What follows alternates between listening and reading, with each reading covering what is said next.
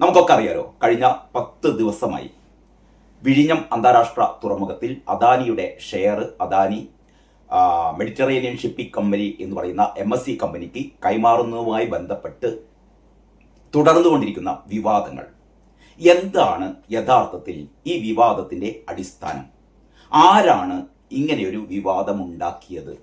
എന്താണ് ഇത്തരമൊരു വിവാദമുണ്ടാക്കിയതിലൂടെ അവരുടെ ലക്ഷ്യം എന്ന ഏറ്റവും പ്രധാനപ്പെട്ട ഒരു കാര്യമാണ് എൻ്റെ ബോധ്യങ്ങളിൽ നിന്ന് ഞാൻ നിങ്ങളുമായി ഈ വീഡിയോയിലൂടെ ഷെയർ ചെയ്യുന്നത്. 1-ാം തീയതിയാണ് യഥാർത്ഥത്തിൽ വിഴിഞ്ഞം തുറമുഖത്തിലെ അദാനിയുടെ ഷെയറിൽ നിന്ന് അദാനി അതിൻ്റെ ഒരു 49% MSC കമ്പനിക്ക് കൈമാറ്റം ചെയ്യുന്നതുമായി ബന്ധപ്പെട്ട വാർത്ത കേരളത്തിൽ പ്രചരിക്കുന്നത്.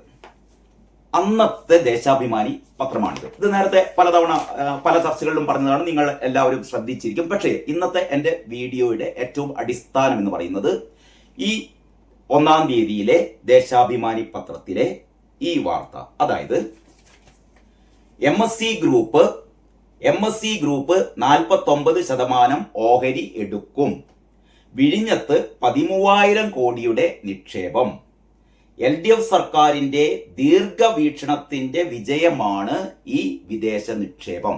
ഇത്രയുമാണ് തലക്കെട്ടിലൂടെ, അതിന്റെ ഡെക്കിലൂടെ, ഇതിന്റെ ഹൈലൈറ്റ്സിലൂടെ ദേശാഭിമാനി വായനക്കാരോട് പറയുന്നത്, അല്ലെങ്കിൽ കേരളീയ സമൂഹത്തോട് പറയുന്നത്. അതായത് ഇത് LDF സർക്കാരിന്റെ നേട്ടമാണ്, LDF സർക്കാരിന്റെ ദീർഘവീക്ഷണത്തിന്റെ ഫലമാണ്. നമുക്കൊക്കെ അറിയാലോ, ഉമ്മൻചാണ്ടി തുടക്കമിട്ട ഈ പദ്ധതി കഴിഞ്ഞ 10 വർഷം പിണറായി വിജയൻ സർക്കാരായിരുന്നു ഇതിന്റെ സ്ഥിതിഗതികളൊക്കെ നിയന്ത്രിച്ചിരുന്നത്. അപ്പൊ സ്വാഭാവികമായും ഇടതുപക്ഷത്തിന് പറയാം, അവരുടെ ദീർഘവീക്ഷണത്തിന്റെ ഫലമാണ് ഈ 13,000 കോടി ഇവിടെ വന്നത്.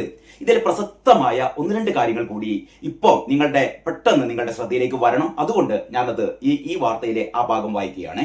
അതായത് ഈ വാർത്തയിൽ പറയുന്നു, വിഴിഞ്ഞം തുറമുഖം യാഥാർത്ഥ്യമാക്കിയ മുൻ LDF സർക്കാരിന്റെ ദീർഘവീക്ഷണത്തിന്റെ വിജയം കൂടിയാണ് ഈ വിദേശ നിക്ഷേപം. ഓക്കെ, പിന്നെ പറയുന്നു, സർക്കാർ നടത്തിയ വിഴിഞ്ഞം കോൺക്ലേവിൽ എന്നായിരുന്നു എന്ന് ഓർമ്മയുണ്ടോ? ഇല്ലെങ്കിൽ ഞാൻ പറയാം. 2025 ജനുവരി മാസം 28, 29 തീയതികളിലായിരുന്നു വിഴിഞ്ഞം കോൺക്ലേവ് നടത്തിയത്. എന്തിനായിരുന്നു വിഴിഞ്ഞം കോൺക്ലേവ് നടത്തിയത്? വിഴിഞ്ഞത്ത് ബഹുരാഷ്ട്ര കമ്പനികളെ സ്വാഗതം ചെയ്തുകൊണ്ടുള്ള ഒരു കോൺക്ലേവ് ആയിരുന്നത്. അതായത് വിഴിഞ്ഞത്തിന്റെ വികസനത്തിന് കൂടുതൽ മുതൽ മുടക്കാൻ വേണ്ടിയിട്ട്, കൂടുതൽ വിദേശ കമ്പനികൾ വരാൻ വേണ്ടിയിട്ട് അവരെ പോയി ക്ഷണിച്ചുകൊണ്ട് അവരുടെ പ്രതിനിധികളെ സ്വീകരിച്ചാനയിച്ച് നടത്തിയ ഒരു കോൺക്ലേവ് ആയിരുന്നു വിഴിഞ്ഞം കോൺക്ലേവ്. അതില് മുൻ വ്യവസായ മന്ത്രി P. രാജീവ് MSC കമ്പനിയെ, ഇപ്പോൾ ഈ വിവാദത്തിലായ ഈ മെഡിറ്ററേനിയൻ ഷിപ്പിംഗ് കമ്പനിയെ ഈ വിഴിഞ്ഞം കോൺക്ലേവിലേക്ക് സ്വീകരിച്ചു കൊണ്ടുവരുന്നു. അവരോട് പറയുന്നു, നിങ്ങൾ ഇൻവെസ്റ്റ് ചെയ്യണം. ആ സംഭവം നടന്നെന്നാണ് 2025 ജനുവരി മാസം 28, 29 തീയതികളാണ്. ഇതിന്റെ വിശദ വിവരങ്ങൾ 28, 29, അതായത് 2025 ജനുവരി 28, 29, 30 തീയതികളിലെ ദേശാഭിമാനി പത്രത്തിൽ വിവിധ തലക്കെട്ടുകളിലായി ഇതിന്റെ വിശദമായ വാർത്തകൾ ഉണ്ട് കേട്ടോ. അതോടെ നിൽക്കട്ടെ. അപ്പൊ അതുകൊണ്ടൊക്കെ ദേശാഭിമാനി പറയുന്നു, എന്താണ്? സർക്കാർ നടത്തിയ വിഴിഞ്ഞം കോൺക്ലേവിൽ MSC പ്രതിനിധികൾ പങ്കെടുത്തിരുന്നു. ആർക്കും വിയോജിപ്പില്ലല്ലോ, പങ്കെടുത്തിരുന്നു. പിന്നെ UDF സർക്കാർ ഒപ്പിട്ട കരാറിൽ, വളരെ വ്യക്തമായി, വളരെ സത്യസന്ധമായിട്ടാണ് ദേശാഭിമാനി പറയുന്നത്, UDF സർക്കാർ ഒപ്പിട്ട കരാറിൽ പദ്ധതി 2045 പൂർണ്ണമാക്കാനായിരുന്നു വ്യവസ്ഥ. എന്നാൽ LDF സർക്കാരാണ് കരാറിലെ വ്യവസ്ഥ മാറ്റി പദ്ധതി പൂർത്തീകരണം 17 വർഷം നേരത്തെയാക്കി 2028 ഡിസംബറിൽ പൂർത്തിയാക്കാൻ വ്യവസ്ഥയാക്കിയത്. ശരിയാണ്. ഉമ്മൻചാണ്ടി, K. ബാബു തുടങ്ങിയവർ ഒപ്പിട്ട കരാറ്, അതിനുശേഷം പിണറായി വിജയനും വാസവനും ഒപ്പിട്ട അതിന്റെ ഉപകരാറുകൾ, അതിന്റെ അനുബന്ധ കരാറുകൾ ഉണ്ടാക്കിയപ്പോൾ ആ കരാറിൽ പുതിയ ചില നിർദ്ദേശങ്ങൾ വെച്ചിരുന്നു. അതിന്റെ അടിസ്ഥാനത്തിൽ പദ്ധതി നേരത്തെയാക്കാനുള്ള എല്ലാവിധ സംവിധാനങ്ങളും ചെയ്തത് ഇടതുപക്ഷ സർക്കാർ തന്നെയാണ്. പിന്നെ അദാനിയുടെ ഇൻവെസ്റ്റ്മെന്റ് 2028 ആകുമ്പോഴത്തേക്ക് അതിന്റെ മൂല്യം എത്രയായി വരും? $285 കോടി, അതായത് 27,000 കോടി രൂപയായി മാറും എന്നതിന്റെ അടിസ്ഥാനത്തിലാണ് 13,000 കോടി രൂപ MSC കമ്പനിക്ക് ഷെയർ വിൽക്കുന്നത്. വളരെ സത്യസന്ധമായി കാര്യങ്ങൾ അവതരിപ്പിക്കുന്നു കേട്ടോ. അതൊക്കെ കഴിഞ്ഞിട്ട് പറയുന്നു, വിഴിഞ്ഞത്ത് കൂടുതൽ കണ്ടെയ്നറുകൾ എത്താനും, ഇതൊക്കെ എന്തിനു വേണ്ടിയിട്ടാണ് ചെയ്യുന്നത്? വിഴിഞ്ഞത്ത് കൂടുതൽ കണ്ടെയ്നറുകൾ എത്താനും പശ്ചാത്തല വികസനം മികച്ചതാക്കാനും MSCയുമായുള്ള സഹകരണം വഴിവെക്കും. ഒരു തവണ കൂടി നിങ്ങൾ ഇത് കേൾക്കണം. അതായത് വിഴിഞ്ഞത്ത് കൂടുതൽ കണ്ടെയ്നറുകൾ എത്താനും പശ്ചാത്തല വികസനം മികച്ചതാക്കാനും MSCയുമായുള്ള സഹകരണം വഴിവെക്കും. അങ്ങനെ ജൂൺ 1-ാം തീയതി വളരെ വിശദമായി ഇത്തരത്തിലുള്ളൊരു വാർത്ത, അതായത് MSC കമ്പനി 13,000 കോടി വിഴിഞ്ഞത്ത് നിക്ഷേപിക്കുന്നു, അദാനിയുടെ ഓഹരി വാങ്ങുന്നു എന്നുള്ള വാർത്ത വളരെ സത്യസന്ധമായി, വളരെ പോസിറ്റീവായി കഴിഞ്ഞ 10 വർഷത്തെ LDF സർക്കാരിന്റെ ഒരു വികസന നേട്ടമായി കണക്കാക്കി ദേശാഭിമാനി അവതരിപ്പിച്ച 1-ാം പേജിൽ കൊടുത്ത ഈ വാർത്ത തൊട്ട് പിറ്റേ ദിവസം മുതൽ എന്താണ് ഈ വാർത്തക്ക് സംഭവിച്ചത്, അല്ലെങ്കിൽ എന്താണ് ഈ ഒരു ഇത്തരത്തിൽപ്പെട്ട ഇവരുടെ ഒരു വീക്ഷണം, അല്ലെ, ഇത്തരത്തിൽപ്പെട്ട ഒരു സമീപനം, ഇതെങ്ങനെയാണ് പിറ്റേ ദിവസം മുതൽ ഇതെങ്ങനെ മാറി? ഈ കരാർ എന്ന് പറയുന്നത് ഏറ്റവും ജനവിരുദ്ധമായ, സംസ്ഥാനത്തിന്റെ പുരോഗതിക്ക് വിരുദ്ധമായ ഒരു തട്ടിപ്പ് കരാറാണ് എന്ന രീതിയിലേക്ക് ഇതെങ്ങനെ മാറി? ആര് മാറ്റി? ഇതാണ് ഞാൻ ഈ വീഡിയോയിലൂടെ നിങ്ങളോട് പറയാൻ വേണ്ടി ഉദ്ദേശിക്കുന്നത്. ആരാണ് ഈ ചതി ചെയ്തത്? എന്തായിരുന്നു ഈ ചതിക്ക് പിന്നിലുള്ള താല്പര്യം? ഇത് ഇന്നലത്തെ ദേശാഭിമാനി പത്രത്തിന്റെ എഡിറ്റോറിയൽ പേജിൽ പാർട്ടി സെക്രട്ടറി MV ഗോവിന്ദൻ ചിത്രവും പേരും വെച്ചെഴുതിയ ഈ ലേഖനത്തിന്റെ തലക്കെട്ടാണ് ഓഹരി വിൽപ്പനയിലൂടെ തുറമുഖ കൊള്ള. അതായത് 1-ാം തീയതി വിഴിഞ്ഞത്ത് 13,000 കോടിയുടെ നിക്ഷേപം വരുന്നു എന്നും അത് LDF സർക്കാരിന്റെ ദീർഘവീക്ഷണത്തിന്റെ ഫലമാണ് എന്നും പറഞ്ഞ അതേ പത്രത്തിൽ 10 ദിവസത്തിന് ശേഷം പാർട്ടി സെക്രട്ടറി പറയുന്നു ഓഹരി വിൽപ്പനയിലൂടെ തുറമുഖ കൊള്ള. ഇതിന്റെ എന്താ പറയാ, ഈ ലേഖനത്തിന്റെ മുഴുവൻ ഭാഗങ്ങളും ഞാനിവിടെ പരാമർശിക്കുന്നില്ല.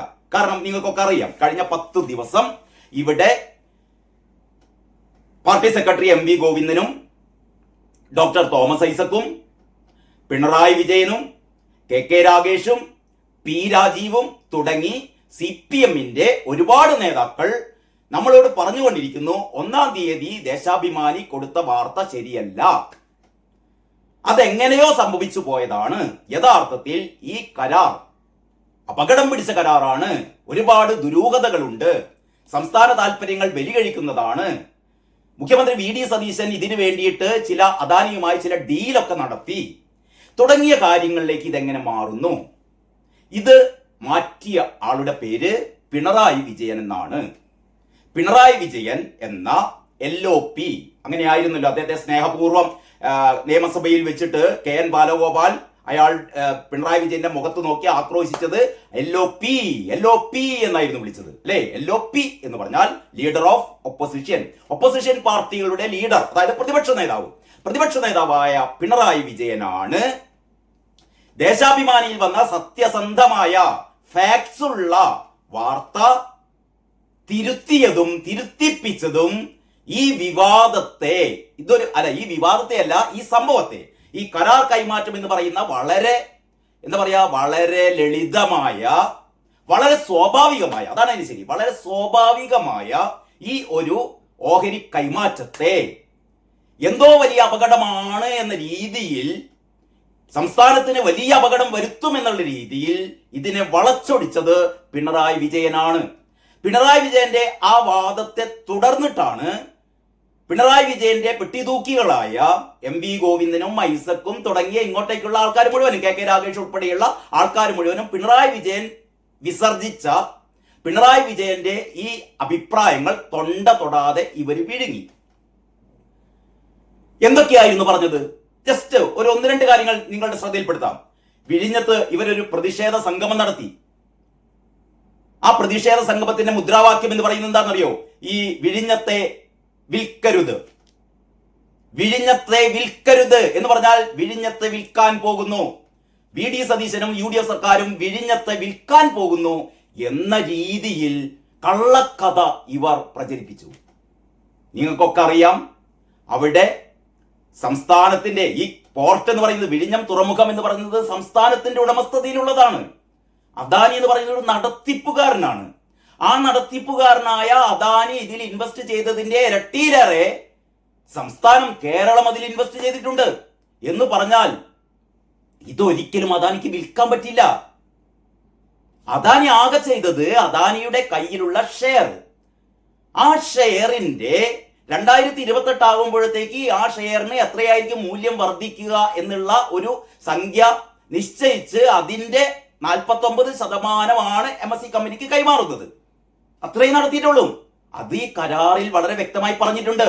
എന്ന് പറഞ്ഞാൽ തുറമുഖം എന്നാണോ പ്രവർത്തന സജ്ജമാകുന്നത്, ആ പ്രവർത്തന സജ്ജമായി കഴിഞ്ഞ് 1 വർഷത്തിന് ശേഷം, ഈ കാര്യം പലർക്കും അറിയില്ല കേട്ടോ, അതുകൊണ്ടാണ് ഞാൻ പറയുന്നത്. അതായത് വിഴിഞ്ഞം പോർട്ട് പ്രവർത്തനക്ഷമമായി 1 വർഷം കഴിഞ്ഞാൽ അദാനി ഗ്രൂപ്പിന് അവരുടെ കൈവശമുള്ള ഷെയർ വിൽപ്പന നടത്താം.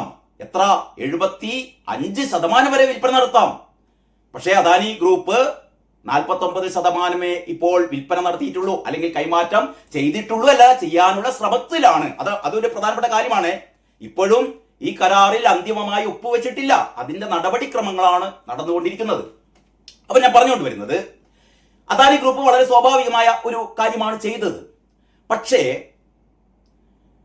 ഇതിങ്ങനെ വിൽക്കുകയാണ്, ഇതിൽ എന്തോ ഒരു കുത്തക വരുന്നു. അതാണ് ഞാൻ നിങ്ങളോട് പറഞ്ഞത്. 2025 ജനുവരി മാസം 28, 29 തീയതികളിലെ വിഴിഞ്ഞം കോൺക്ലേവിലേക്ക് MSE കമ്പനിയെയും അതുപോലുള്ള കമ്പനികളെയും, കുത്തക കമ്പനികളെ ക്ഷണിച്ചു വന്ന് നിങ്ങൾ ഇതിൽ ഇൻവെസ്റ്റ് ചെയ്യൂ എന്ന് പറഞ്ഞ സർക്കാരായിരുന്നു. ഇപ്പോൾ പ്രതിപക്ഷത്ത് വന്നപ്പോൾ അവർ പറയുന്നു ഇത് കുത്തകയാണ്, MSE കമ്പനിയെ ഇവിടെ വരുത്തുന്നത് കുത്തകയാണ്. ഈ കരാറിൽ തന്നെയുണ്ട്. അതാണ് VD സതീശൻ പറഞ്ഞത്. നിങ്ങൾ കരാർ വായിക്കൂ. ഈ കരാറിൽ തന്നെ പറഞ്ഞിട്ടുണ്ട്, ഒരു ഷിപ്പിംഗ് കമ്പനിക്കും വിഴിഞ്ഞം കുത്തകയാവില്ല. ആർക്ക് വേണമെങ്കിലും കപ്പലുകൾ കൊണ്ടുവരാം. ഈ വ്യവസ്ഥ വളച്ചൊടിക്കാൻ പറ്റില്ല. അപ്പോൾ ഇത് പറയുന്നത് മുഴുവൻ കള്ളക്കഥകളാണ്. ഞാൻ പറഞ്ഞുകൊണ്ട് വരുന്നത് അതൊന്നുമല്ല. ഞാൻ പറഞ്ഞുകൊണ്ട് വരുന്നത് ഇതൊന്നുമല്ല.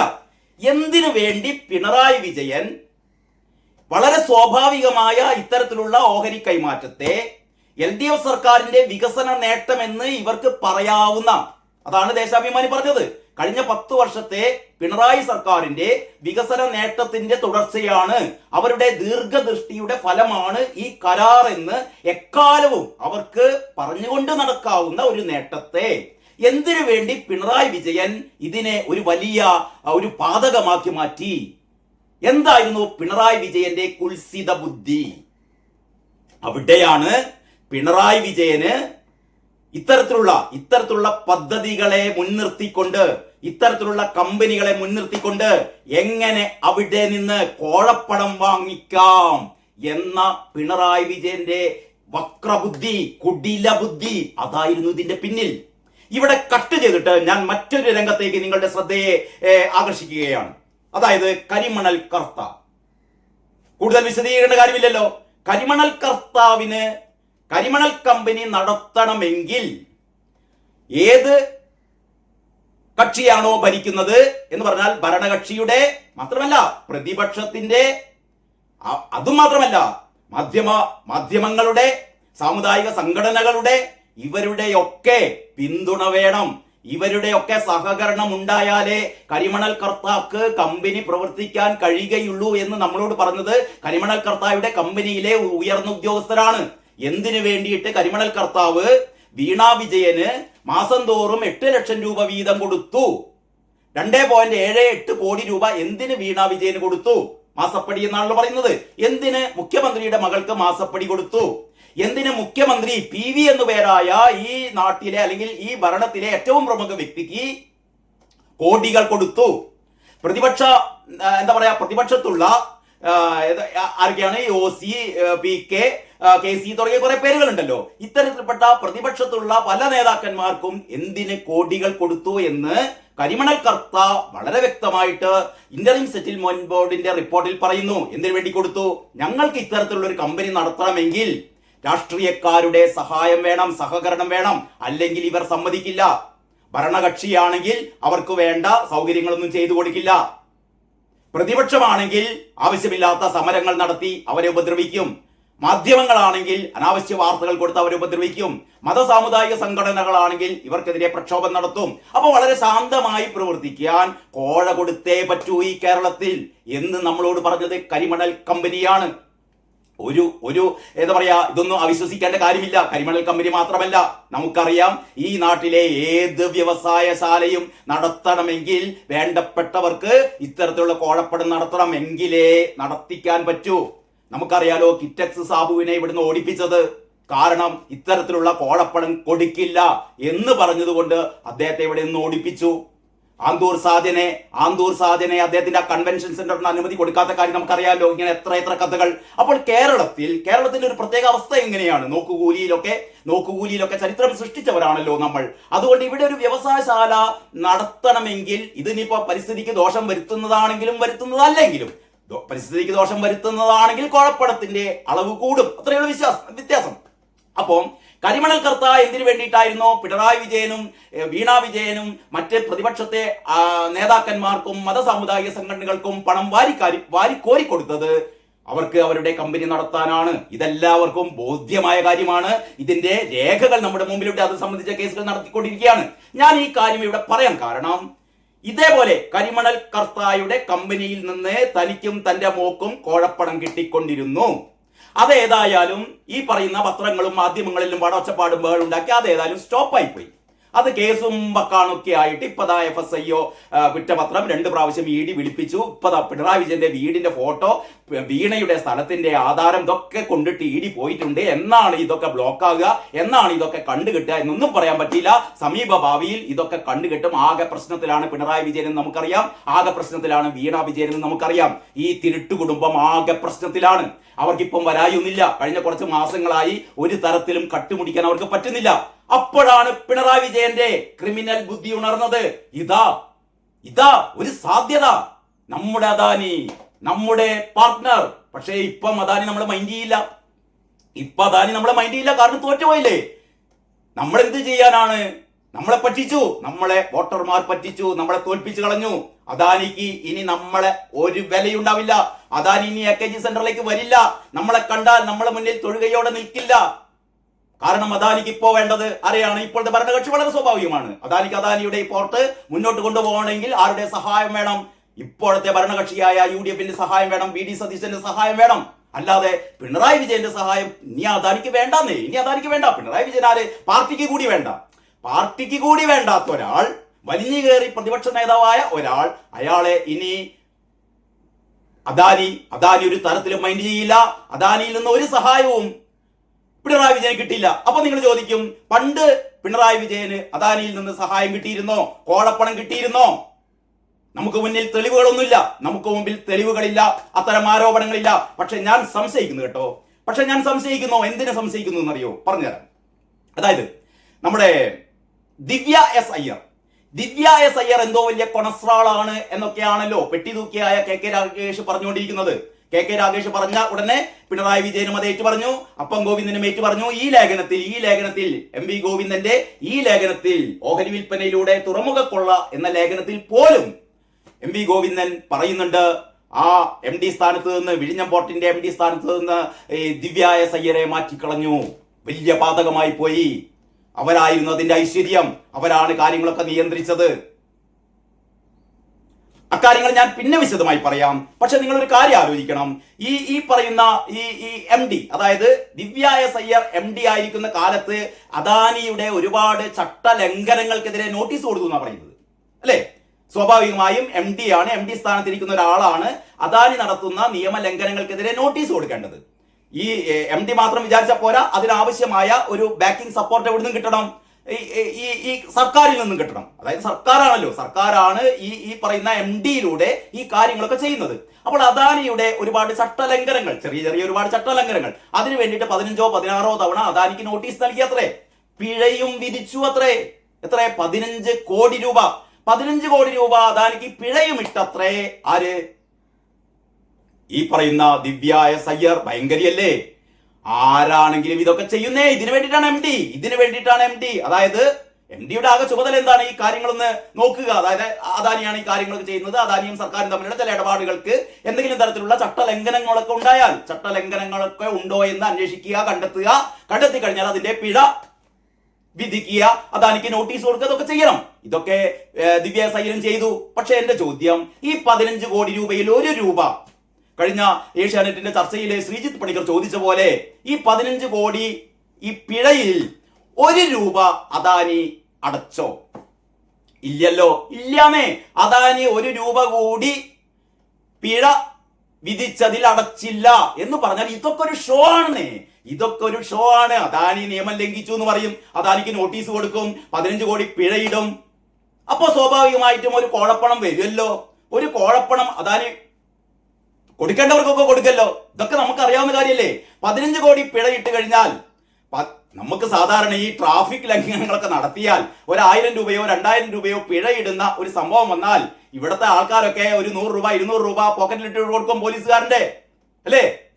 പരിശോധിക്കുന്ന പോലീസുകാരന്റെ പോക്കറ്റിലേക്ക് ഒരു 100 രൂപ 200 രൂപ ഇട്ട് കൊടുത്താൽ ഇവന്റെ ഒരു 2000 രൂപയുടെ പിഴ പോയി. ഇത്തരത്തിൽപ്പെട്ട 15 കോടി അദാനി കൊടുക്കുന്നതിന് പകരം അതിന്റെ ഒരു പകുതി കോടി ആരുടെയൊക്കെയോ പോക്കറ്റിലേക്ക് പോയി. ഇത്തരത്തിൽപ്പെട്ട കോഴകൾ കഴിഞ്ഞ സർക്കാരിന്റെ കാലത്ത് നടന്നിരുന്നു കൂട്ടരെ. ഇല്ല എന്ന് നിങ്ങൾക്ക് വിശ്വസിക്കാൻ പറ്റുമോ? ഇനി മറ്റൊന്ന്, അദാനിക്ക് ഒരു 5 വർഷം കൂടി നീട്ടിക്കൊടുത്തല്ലോ, അല്ലേ? ഇതാരും പറയാത്ത കാര്യമാണ്. അതായത് ഈ അന്തംഗമികളൊന്നും ഇതുവരെ പറയുന്നില്ല. എന്നാ MV ഗോവിന്ദനും പറയുന്നില്ല, P രാജീവും പറയുന്നില്ല, KK രാഗേഷും പറയുന്നില്ല, കാരണഭൂതവും പറയുന്നില്ല. അതായത് നേരത്തെ ഉമ്മൻചാണ്ടി ഇവർക്ക് അനുവദിച്ച ഈ കരാർ പൂർത്തീകരണത്തിന് അല്ലെങ്കിൽ ഈ തുറമുഖം കൈവശം വെക്കാൻ വേണ്ടിയിട്ട് അദാനിക്ക് കൊടുത്ത സമയപരിധി ഒരു 5 വർഷം കൂടി നീട്ടിക്കൊടുത്തു പിണറായി. എന്തിന്? അതിന് കാരണം ഇവരുടെ എന്താ പറയാ, ഇവരുടെ ഈ വർക്ക് കഴിഞ്ഞ 10 വർഷം ഇവരുടെ തുറമുഖ എന്താ പറയാ വികസന പ്രവൃത്തി വളരെ ഇഴഞ്ഞിട്ടാണ് പോയത്.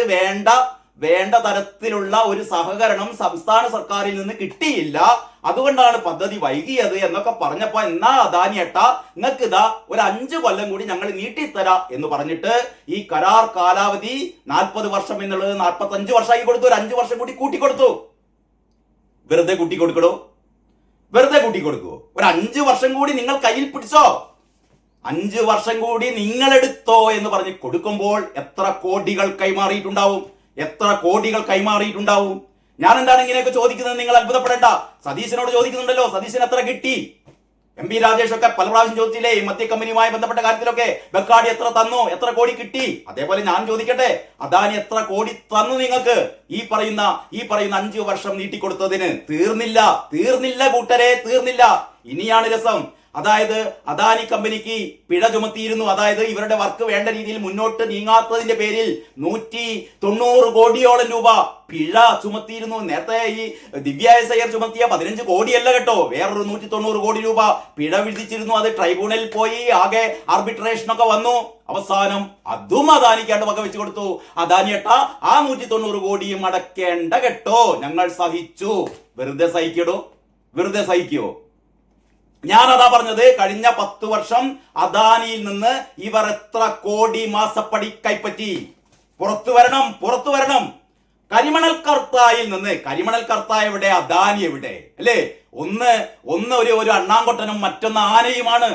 ആന എന്ന് പറയുന്ന അദാനി, അണ്ണാങ്കൊട്ടനായ കരിമണൽ കർത്തായുടെ കമ്പനിയിൽ നിന്ന് വീണ വിജയന് മാസം 8 ലക്ഷം രൂപ മാസപ്പടി, മൊത്തം 2.78 കോടി രൂപ. ഇതൊക്കെ പുറത്ത് അറിഞ്ഞ കാര്യം, അറിയാത്ത കാര്യം എത്ര കോടിയുണ്ട് എന്ന് നമുക്കറിയില്ല. അതേപോലെ ഇവിടുത്തെ ഓരോ രാഷ്ട്രീയ കക്ഷികൾക്കും കോടികൾ, ആകെ 198 കോടിയോ മറ്റോ എല്ലാ രാഷ്ട്രീയ പാർട്ടിക്കാർക്കും കൊടുത്തു. അതിൽ ഏറ്റവും കൊടുത്തത്, വലിയ ഓഹരി കൊടുത്തത് PV എന്ന് പറയുന്ന ആൾക്കാർ ആണ് എന്ന് കരിമണൽ കർത്ത തന്നെ ഡയറിയിൽ എഴുതിയിട്ടുണ്ട്. അക്കാര്യം PV എന്ന് പറഞ്ഞാൽ പിണറായി വിജയനാണ് എന്നുകൂടി കരിമണൽ കർത്ത മൊഴി നൽകിയിട്ടുണ്ട്. ഇതൊക്കെയായിരുന്നു കരിമണൽ കർത്തായുടെ കാര്യം കേട്ടോ. അതായിരുന്നു CMRL കമ്പനിയുടെ ഇടപാടുകൾ. ഞാൻ ചോദിക്കുന്നത്, അങ്ങനെയാണെങ്കിൽ അദാനിയിൽ നിന്ന് ഇവർ എത്ര കോടികൾ മാസപ്പടി വാങ്ങിയിട്ടുണ്ടാകും? എത്ര കോടികൾ ഇത്തരത്തിൽപ്പെട്ട കോഴപ്പണം കൈപ്പറ്റിയിട്ടുണ്ടാകും? ഞാൻ ഇവിടെ നിർത്തുന്നു. അത് കഴിഞ്ഞിട്ട് 3ാം ഭാഗത്തേക്ക് ഞാൻ പ്രവേശിക്കുകയാണ്. ഇപ്പോൾ ഞാൻ നേരത്തെ 1ാം ഘട്ടത്തിന്റെ അവസാനം പറഞ്ഞ പോലെ പിണറായി വിജയനെ സംബന്ധിച്ചിടത്തോളം പിണറായി വിജയൻ പ്രതിപക്ഷത്താണ്. അദാനി മൈൻഡ് ചെയ്യില്ല. അദാനി മൈൻഡ് ചെയ്യണമെങ്കിൽ അദാനിയിൽ നിന്ന് മുമ്പേ കിട്ടിയ കോഴപ്പണം വീണ്ടും വീണ്ടും തനിക്ക് കിട്ടണമെങ്കിൽ എന്ത് ചെയ്യണം? അദാനിയെ ചൊറിയണം. വേണ്ടേ? വേണ്ടേ? ഇത് CPM-കാർ ആരും പഠിപ്പിക്കണോ? ഇത് CPM-കാരെ ആരെങ്കിലും പഠിപ്പിക്കണോ? അദാനി എന്ത് ചെയ്യണം? അദാനിയെ ചൊറിയണം, ഇടക്കിടക്ക് അദാനിയെ പ്രശ്നം ഉണ്ടാക്കണം. ഇതാണ് പിണറായി വിജയൻ കളിക്കുന്നത്. 1-ാം തീയതിയിലെ പത്രത്തിൽ ഒരു പ്രശ്നവുമില്ലാതെ ഞങ്ങളുടെ അദാനി, ഞങ്ങളുടെ എന്താ പറയാ, ഞങ്ങളുടെ ദീർഘവീക്ഷണം, ഞങ്ങളുടെ 10 വർഷത്തെ ഭരണ നേട്ടം, അതാണ് അദാനി കൊണ്ടുവന്ന ഈ 13,000 കോടിയുടെ പുതിയ നിക്ഷേപം, അദാനി MSCയിലൂടെ കൊണ്ടുവന്ന 13,000 കോടിയുടെ നിക്ഷേപം എന്ന് പറഞ്ഞ് ഞെളിഞ്ഞു നടന്നവർ. അപ്പോൾ പിണറായി കണക്കൂട്ടി അങ്ങനെ ഒരു ഞെളിയിലും വേണ്ട. എനിക്ക് വേണ്ടത് എന്താണ്? എനിക്ക് വേണ്ടത് കോടികളാണ്. ആ കോടികൾ കിട്ടണമെങ്കിൽ അദാനി ചെയ്തതൊക്കെ നല്ല കാര്യം എന്ന് പറഞ്ഞാൽ അദാനി 10 പൈസ തരില്ല. 10 പൈസ അദാനി തരില്ല. അതിനു വേണ്ടിയിട്ട് അദാനി എന്ത് ചെയ്യണം? അദാനിയെ കുത്തണം. ഇന്നലെ വരെ പാർട്ണറൊക്കെ ആയിരിക്കും. ഇന്ന് അദാനി ശ്രദ്ധിക്കണമെങ്കിൽ അദാനിയെ മാന്തണം, ചൊറിയണം, കുത്തണം, ചവിട്ടണം ഇതൊക്കെ ചെയ്യുമ്പോ അദാനി വിളിക്കും. ഇനിയൊന്ന് സമരം നിർത്തിക്കൂടെ? എത്ര കോഴപ്പണം വേണം? എത്ര മാസപ്പടി വേണം? പറ വിജയ എത്ര വേണം എന്ന് അദാനി ചോദിക്കില്ലേ? അദാനിയല്ല, ഏത് ബിസിനസ്സുകാരനും ചോദിക്കും. അദാനിയെ ബിസിനസ് ചെയ്യാൻ ആരും പഠിപ്പിക്കണ്ട കേട്ടോ. 2454 കോടി അതിൽ ഇൻവെസ്റ്റ് ചെയ്ത അദാനിയാണ് 13,000 കോടിക്ക് തന്റെ 49% ഷെയർ വിൽക്കുന്നത്. അതാണ് പുതിയ കാലത്തെ സാമ്പത്തികമായ ഏറ്റവും പ്രധാനപ്പെട്ട ചില തന്ത്രങ്ങളാണ് അദാനി പ്രയോഗിക്കുന്നത് കേട്ടോ. അപ്പൊ അങ്ങനെ ഈ മാനേജ്മെന്റിന്റെ, ഈ സാമ്പത്തിക മാനേജ്മെന്റിന്റെ, ബിസിനസ് മാനേജ്മെന്റിന്റെ എല്ലാ പുതിയ താല്പര്യങ്ങളും, എല്ലാ പുതിയ സംവിധാനങ്ങളും സാധ്യതകളും ഉപയോഗപ്പെടുത്തുന്ന അദാനിക്ക് ഈ പഴഞ്ചൻ രീതിയാണ്. വ്യവസായം നല്ല രീതിയിൽ നടത്തണമെങ്കിൽ, ഈ കർത്തായുടെ കമ്പനി നല്ല രീതിയിൽ നടത്തണമെങ്കിൽ ഈ പറയുന്ന ആൾക്കാർക്കൊക്കെ കുഴപ്പണം കൊടുത്തേ കമ്പനി പ്രവർത്തിപ്പിക്കാൻ പറ്റൂ എന്നുപോലെ ഇപ്പോഴിതാ അദാനിക്ക് ഇതിങ്ങനെ പറഞ്ഞുകൊണ്ടിരിക്കുകയാണ്. ഇവരിങ്ങനെ സെബിക്ക് കത്തയക്കുന്നു. എന്തിനു വേണ്ടിയിട്ട് സെബിക്ക് കത്തയച്ചു? സെബിക്കും പിണറായി വിജയൻ കത്തയക്കുന്നു. അദാനിയുടെ കരാർ തള്ളണം, അദാനിയുടെ കരാർ കള്ളക്കരാറാണ്, ശരിയല്ല, ഇതുവരെ സെബിക്ക് കത്തയക്കുന്നു. VD സതീശന് കത്തയക്കുന്നു. ഇത് ശരിയല്ല, ഇതിൽ ദുരൂഹതയുണ്ട്, ഇത് ശരിയല്ല, നിങ്ങളെ ആദ്യം അറിയിച്ചില്ല. എന്തൊരു കാര്യമാണ് നിങ്ങൾ ആലോചിച്ച് നോക്കിയേ. സംസ്ഥാനത്തെ നേരത്തെ അറിയിച്ചില്ല. അതുകൊണ്ട് ഈ കരാർ എന്ത് ചെയ്യണം? ഒഴിവാക്കണം.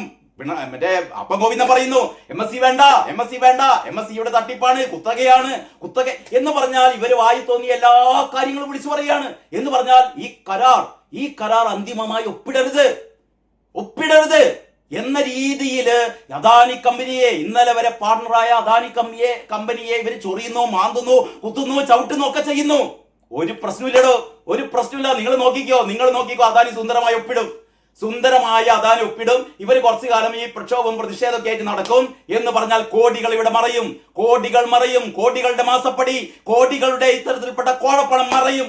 അതിനു വേണ്ടിയിട്ടാണ് മക്കളെ ഈ പറയുന്ന നാടകങ്ങളൊക്കെ. അല്ലാതെ ഈ കരാറിൽ എന്ത് സുതാര്യത കുറവാണുള്ളത്? എന്താണ്? ആരും ഇപ്പോഴും പറയുന്നില്ല. എന്താണ് യഥാർത്ഥ VD സതീശൻ ചോദിച്ച പോലെ എന്താണ് ഈ സർക്കാർ ചെയ്ത തെറ്റ്? ഈ സർക്കാർ ഒരു തെറ്റ് ചെയ്തിട്ടില്ല എന്ന് നന്നായിട്ട് അറിയുന്ന ആളാണ് പിണറായി വിജയനാണ് ഏറ്റവും നന്നായിട്ട് അറിയാം. VD സതീശൻ സർക്കാർ ഒരു തെറ്റ് ചെയ്തിട്ടില്ല. കാരണം 10 വർഷം ഈ പരിപാടിയൊക്കെ ചെയ്ത പിണറായി വിജയൻ അറിയാം VD സതീശൻ ഒന്നും ചെയ്തിട്ടില്ല. VD സതീശൻ ഒന്നും ചെയ്യാനും പറ്റില്ലടോ. കാരണം ഇതൊക്കെ നേരത്തെ തന്നെ പിണറായി വിജയൻ സെറ്റാക്കിയ സാധനങ്ങളാണ്.